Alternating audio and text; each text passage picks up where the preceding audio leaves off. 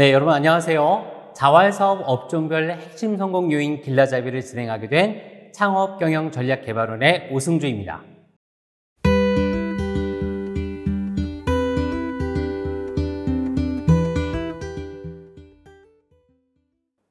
오늘은 청소, 소독 방역에 대해서 알아보도록 하겠습니다. 자활에서 가장 많이 또 가장 오랫동안 해왔던 업종이 청소인 것 같습니다. 초기 자활 사업에서는요, 학교나 관공서 등의 파견 형태의 일상관리형 청소 사업을 많이 해왔지만 매출 대비해서 수익성이 높지 않은 그런 현실적인 어려움 때문에 자활 기업을 창업할 때는 파견 형태보다는 입주 청소, 특수 청소, 위탁 관리 형태의 청소 등 다양한 형태로 사업들을 진행하고 있습니다.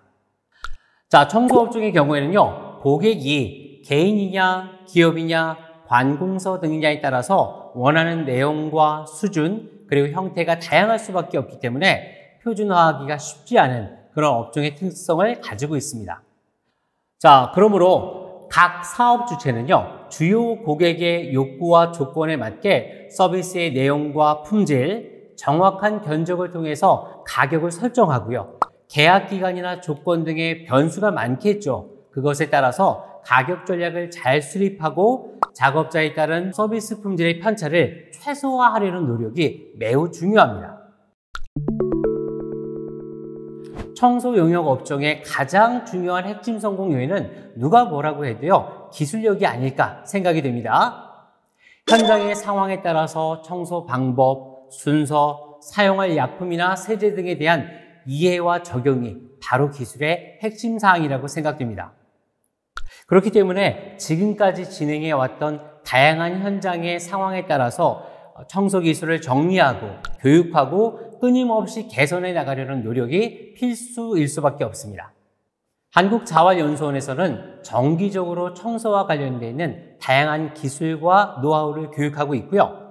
각 지역별 청소 네트워크 혹은 자활기업협회의 인프라를 통해서 이러한 기술의 교류와 발전을 앞으로도 지속해 나가야 될 것입니다. 고객 만족도 높은 청소 서비스 실행을 위해서요, 최초 상담, 현장 방문 및 견적, 청소 서비스 실행, 확인 및 사후 관리 등의 청소 서비스 전체 단계에 대한 명확한 실행 규정이 매뉴얼로 정리되는 것이 굉장히 중요한 것 같습니다. 그리고 이것을 토대로 해서 교육과 지속적인 반복, 현장 적용을 통해서 서비스 품질 개선과 유지가 아주 중요하다라고 볼 수가 있겠습니다. 또한 효과적인 계약을 진행하기 위해서는요, 견적이라는 단계가 무시 못할 아주 중요한 요소라고 생각이 되는데요. 이때 미리 정해놓은 표준 상황에 따른 기준 가격을 설정하는 것이 필요합니다.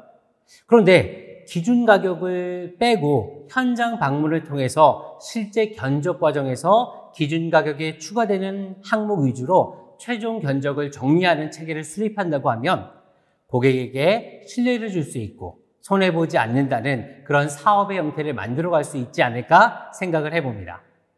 더불어 상담하는 사람과 또 현장을 방문해서 실제 견적을 내는 사람이 다를 경우가 있을 수 있는데요. 이때는 두 사람 간의 의사소통이 매우 중요합니다. 예를 들면 상담하는 사람이 통상적인 상황을 가정해서 견적 수준을 확정적으로 얘기합니다. 이 정도면 얼마 될 것 같아요 라고 확정을 지으면 실견적 담당자가 현장의 상황을 파악한 결과가 도저히 그 해당 가격으로는 실행할 수 없는 상황들이 가끔 발생할 수 있기 때문에 이럴 때는 기준 가격을 설정한 상황에서 현장 상황에 따른 추가 비용이 발생할 수 있음을 설명을 잘 해서 고객들의 신뢰가 낮아지는 것을 막아야 함을 기억하시면 좋겠습니다.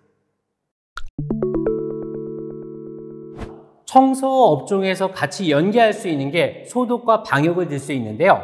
코로나 팬데믹 상황에서 가장 많이 성장했던 업종 중에 하나가 아닐까 생각이 됩니다. 네, 하지만 자활 사업에 있어서의 코로나 상황에서 소독 방역이라고 하는 내용이요, 관공서 위주로 진행되어 왔던 것이 사실이고 발주처인 관공서도 이런 부분에 있어 시급한 필요성을 강조하다 보니 자활하고 사회적 경제업체에 요청하게 되어 있고요.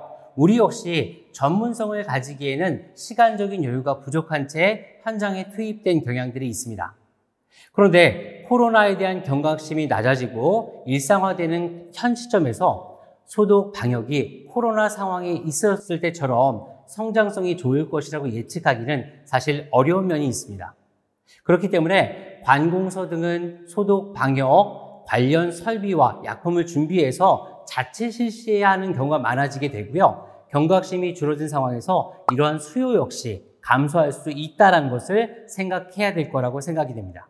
다만 코로나 이전에도요. 조류독감이나 메르스, 사스 등의 끊임없이 발생하는 보건 환경적인 변화 때문에 소독 방역 시장은 성장과 유지를 반복하면서 완만한 성장세를 유지할 것으로 보입니다. 이러한 시장의 전망에 대비하기 위해서는 기존의 관공서 중심의 영업 전략을 조금 전환할 필요가 있지 않을까 생각이 되고요. 새로운 시장을 개척하고 그곳에서의 경험과 노하우를 쌓아가야 한다고 생각을 합니다. 소상공인 매장 혹은 은행 등과 같이 고객이 많이 드나드는 곳에 대해서 정기적인 소독이나 방역 서비스를 출시한다든지 아니면 청소, 소독 방역, 부충 부서 등의 패키지 사업에 대한 관심을 가지고 각 사업단 혹은 자활기업의 목표 고객, 지역적인 특성, 내부 역량 등의 경영 환경을 토대로 적용 가능성을 분석하고 테스트해보는 노력이 필요한 시점이라고 볼 수 있습니다. 이상과 같이 청소와 소독 방역 시장에 대해서 살펴보았는데요. 서비스업의 특성상 고객에게 보여줄 수 있는 외형적 서비스, 차별화 요소가 아주 중요합니다.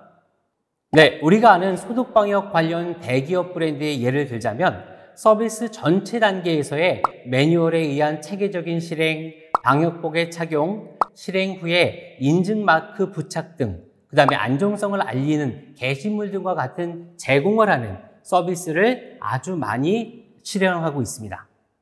자, 그래서 다소 비싼 비용에도 불구하고 고객들의 수요를 창출하고 있다고 판단할 수 있겠죠.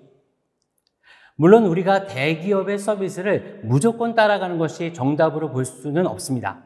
그렇지만 고객들이 선호하고 중요하게 여기는 것이 무엇인지 끊임없이 확인하고 적용하려는 노력이 필요하기 때문에 우리 상황에 맞는 적절한 서비스를 만들어 가야 됩니다. 최근의 추세를 보면 청소와 소독 방역 업종의 경우 규모화에 대한 트렌드가 보여집니다. 소규모 사업자가 실행하는 청소나 소독 방역에 대해서 인식의 한계가 존재하기 때문에 우리 역시 자활 내에서 공동 브랜드를 통해서 안정적인 기술, 영업, 운영의 기틀을 마련해 가는 것이 필요합니다. 자, 이 경우 단순하게 공동 브랜드만을 가지고 실행하는 것이 아니라 기술, 서비스 표준화, 교육과 품질 관리, 고객의 욕구와 전문성을 바탕으로 하는 영업 및 운영 전략 등의 다양한 요소가 잘 정리될 수 있어야 합니다.